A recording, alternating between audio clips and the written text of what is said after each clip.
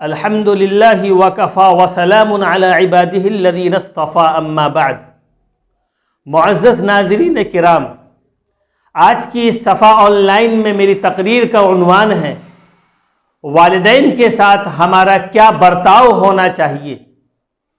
اللہ رب العزت کا فرمان ہے وَاعْبُدُوا اللَّهَ وَلَا تُشْرِكُوا بِهِ شَيْئًا وَبِالْوَالِدَيْنِ إِحْسَانًا۔ اللہ تعالیٰ نے اپنی عبادت کا حکم دیا ہے اور اپنے ساتھ شرک کرنے سے روکا ہے۔ اس کے فوراً بعد جو تیسرا حکم دیا ہے وہ یہ کہ اپنے والدین کے ساتھ فرما برداری والا رویہ اختیار کیا جائے۔ اللہ کے نبی علیہ السلام سے پوچھا گیا کہ بڑے گناہوں میں کیا گناہ ہے؟ اللہ کے نبی علیہ السلام نے 3 باتوں کی طرف اشارہ فرمایا۔ سئل النبی صلی اللہ علیہ وسلم عن الکبائر قال الاشراک باللہ وعقوق الوالدین وشہادت الزور، کہ 3 باتیں کبیرہ گناہوں میں ہیں۔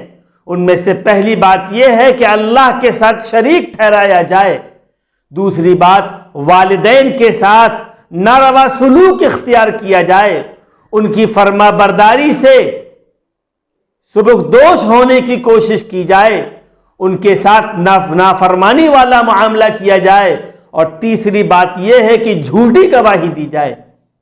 اللہ رب العزت نے انسان کو جو بیش بہا نعمتیں دی ہیں ان میں سے ایک بڑی نعمت والدین کا سایہ ہے۔ والد اور والدہ دونوں کی موجودگی ایسی ہے جیسے کہ والدہ ایسی ہیں جیسے کہ چہار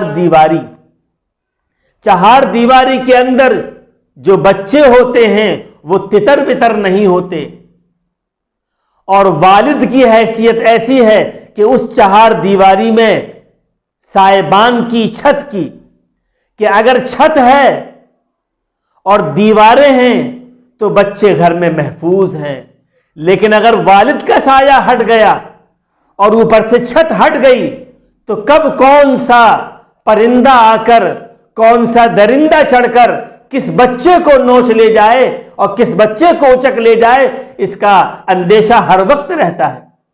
اور اگر سائبان ہیں، ماں نہیں ہیں، تو دیواریں ہٹ جاتی ہیں، بچے منتشر ہو جاتے ہیں۔ تو معزز ناظرین کرام، والد اور والدہ دونوں کی موجودگی ہمارے لیے بہت بڑی نعمت ہے۔ کتنے خوش قسمت ہیں وہ حضرات جو اپنے والدین کی باتوں کو سنتے ہیں اور ان کو اپنے قول اور اپنے عمل سے ستانے سے دور رہتے ہیں اور ان کی فرما برداری کرتے ہیں۔ اور کتنے بد نصیب ہیں وہ لوگ جو والدین میں سے دونوں یا کسی ایک کی موجودگی میں ان کو ستاتے ہیں، پریشان کرتے ہیں اور ان کو تکلیف دیتے ہیں۔ اللہ کے نبی علیہ السلام نے فرمایا من الکبائر شتم الرجل والدیہ، قالوا یا رسول اللہ هل یشتم الرجل والدیہ؟ قال نعم یسب ابا الرجل فیسب اباہ ویسب امہ فیسب امہ۔ اللہ کے نبی علیہ السلام نے ارشاد فرمایا کہ کبیرہ گناہوں میں سے ایک بڑا گناہ یہ ہے کہ بیٹا اپنے باپ کو گالی دے۔ صحابہ اکرام نے پوچھا اے اللہ کے نبی، کیا آدمی اپنے باپ کو، اپنی والدہ کو گالی دے سکتا ہے؟ اللہ کے نبی علیہ السلام نے فرمایا جی ہاں، اگر کوئی آدمی کسی کے باپ کو گالی دے رہا ہے تو وہ اس کے بدلے میں آپ کے باپ کو گالی دے گا، اور آپ نے اگر کسی کی ماں کو گالی دی ہے تو اس کے بدلے میں وہ آپ کی ماں کو گالی دے گا، گویا کہ آپ سبب بنے اپنے باپ اور اپنی ماں کو گالی دینے کا۔ صحابہ اکرام نے جو تعجب سے پوچھا تھا، اس سے پتہ چلتا ہے کہ صحابہ اکرام اللہ کے نبی علیہ السلام سے پہلے اپنے والدین کا ادب اور احترام کیا کرتے تھے۔ اسی لیے اللہ کے نبی علیہ السلام کے فرمانے پر کہ آدمی اپنے باپ کو گالی دے گا، صحابہ کو تعجب ہوا کہ اللہ کے نبی کیا باپ کو اپنا بیٹا گالی دے سکتا ہے؟ معزز ناظرین کرام، اللہ رب العزت نے ایک جگہ ارشاد فرمایا ہے، اربعۃ حق اللہ الا يدخلهم الجنہ ولا يذيقهم نعیمها مدمن الخمر وآکل الربا وآکل مال الیتیم والعاق لوالدیہ، کہ 4 طرح کے آدمی ایسے ہیں کہ اللہ رب العزت کا حق ہے کہ اللہ ان کو کبھی بھی جنت میں داخل نہ فرمائے اور کبھی بھی جنت کی نعمتوں سے ان کو مستفید نہ کرے۔ اس میں سے نمبر 1، پہلا نمبر ہے شراب نوشی کرنے والے کا، جو شراب پیتا ہو۔ دوسرا سود خور ہے۔ تیسرا یتیم کا مال ہڑپ کرنے والا، اور چوتھا اپنے والدین کا نافرمان۔ اللہ کے نبی علیہ السلام کا حق ہے، اللہ کا حق ہے کہ اللہ رب العزت ان کو کبھی بھی جنت میں داخل نہ کرے۔ آخری بات بتا کر میں اپنی بات ختم کرتا ہوں کہ اللہ کے نبی علیہ السلام نے ارشاد فرمایا کہ جب انسان اس دنیا میں گناہ کرتا ہے تو اللہ تعالیٰ جس گناہ کو چاہتے ہیں اس کے عذاب کو اور اس کے وبال کو مؤخر کر دیتے ہیں اور کہتے ہیں کہ اس نے جو یہ گناہ کیا ہے اس کا وبال اور اس کا انجام اس کو آخرت میں دیا جائے گا، اور اللہ جن جن اعمال کو چاہے گا اس کا عذاب ختم کر دے گا۔ لیکن اگر اس آدمی نے اپنے والدین میں سے دونوں کو یا کسی ایک کے ساتھ ایک کو ستایا ہوگا، کسی ایک کے ساتھ برا کیا ہوگا، تو اللہ رب العزت اس ستانے کے عذاب کا بدلہ اس کو دنیا میں مرنے سے پہلے ضرور دے گا۔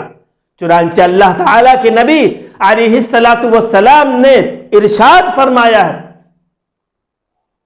اللہ کے نبی علیہ السلام نے ارشاد فرمایا ہے، کل الذنوب یؤخر اللہ ما شاء منها الا عقوق الوالدین فإن اللہ تعالی یعجل لصاحبہ فی الحیات قبل الممات۔ اللہ رب العزت ہر گناہ کو ان میں سے جن کو چاہتا ہے اس کے عذاب کو اور اس کی سزا کو مؤخر کر دیتا ہے قیامت تک کے لیے، لیکن اگر اپنے والدین میں سے کسی کو یا دونوں کو ستایا ہے تو اس کا وبال اور اس کا عذاب اور اس کی تکلیف اس کو مرنے سے پہلے دنیا میں ضرور ملتی ہے۔ اس لیے معزز ناظرین کرام، آج کی اس تقریر کا عنوان اور اس تقریر کا خلاصہ صرف 3 باتیں ہیں۔ نمبر 1 یہ کہ ہم اپنے والدین کے فرما بردار بنیں، والدین کے ساتھ اچھا سلوک کریں، والدین کے ساتھ اچھا برتاؤ کریں۔ نمبر 2 کسی کے والد کو کسی کی والدہ کو نہ تو اس کو والد کی گالی دیں نہ اس کی والدہ کو گالی دیں۔ اور تیسری بات یہ ہے کہ اگر ہم نے اپنے والدین کے ساتھ غصہ گرمی دکھائی ہے، ان کے ساتھ برا سلوک کیا ہے، ان کے ساتھ برا برتاؤ کیا ہے، تو ان کے مرنے سے پہلے ہم ان سے توبہ کر لیں، ان سے معافی مانگ لیں، ان سے گناہوں سے بخشوانے کے لیے دعا کر لیں، ورنہ اگر انہوں نے بد دعا کر دی یا انہوں نے ہمیں معاف نہیں کیا تو دنیا میں اس کا عذاب ہوگا۔ ایک صحابی کہ آخری وقت ہے اور کلمے کی تلقین کی جا رہی ہے لیکن ان کی زبان پر کلمہ جاری نہیں ہو پا رہا ہے، اللہ کے نبی علیہ السلام کو جب اطلاع ہوئی تو انہوں نے فرمایا کہ ان کے والدین میں سے کوئی ایک زندہ ہے؟ کہا جی ہاں، ایک بوڑھی والدہ زندہ ہے۔ بوڑھی والدہ کو بلایا گیا، ان سے پوچھا گیا کہ کیا آپ کے لڑکے سے کوئی ایسا ویسا معاملہ ہوا ہے؟ کہا جی ہاں، میں اس سے ناراض ہوں۔ انہوں نے فرمایا کہ جب تم ناراض ہو تو اچھی بات ہے، تمہارے بیٹے کو ہم دنیا کی آگ میں جلا دیتے ہیں۔ انہوں نے کہا مت جلائیے، کہا کہ اگر تم نے معاف نہیں کیا تو اللہ رب العزت آخرت کی آگ میں اس کو جلائے گا۔ چنانچہ ماں نے اپنے ان بیٹے کی غلطی کو معاف کیا، فوراً ان کی زبان پر کلمہ جاری ہوا اور ان کا انتقال ہو گیا۔ تو تیسری بات یہ ہے کہ اگر ہم نے اپنے والدین کے ساتھ ناروا سلوک کیا ہے تو ان کی موجودگی میں ان سے معافی کر لیں، ان سے توبہ کر لیں اور ان کے پیروں میں گر کر معافی مانگ لیں۔ اگر ہم یہ کام کر لیں گے تو انشاءاللہ اپنے والدین کے فرما بردار سمجھے جائیں گے، دنیا میں اللہ رب العزت اچھا معاملہ کرے گا اور آخرت میں بھی۔ اللہ مجھے اور آپ کو عمل کی توفیق عطا فرمائے۔ وآخر دعوانا ان الحمد للہ رب العالمین، والسلام علیکم ورحمۃ اللہ وبرکاتہ۔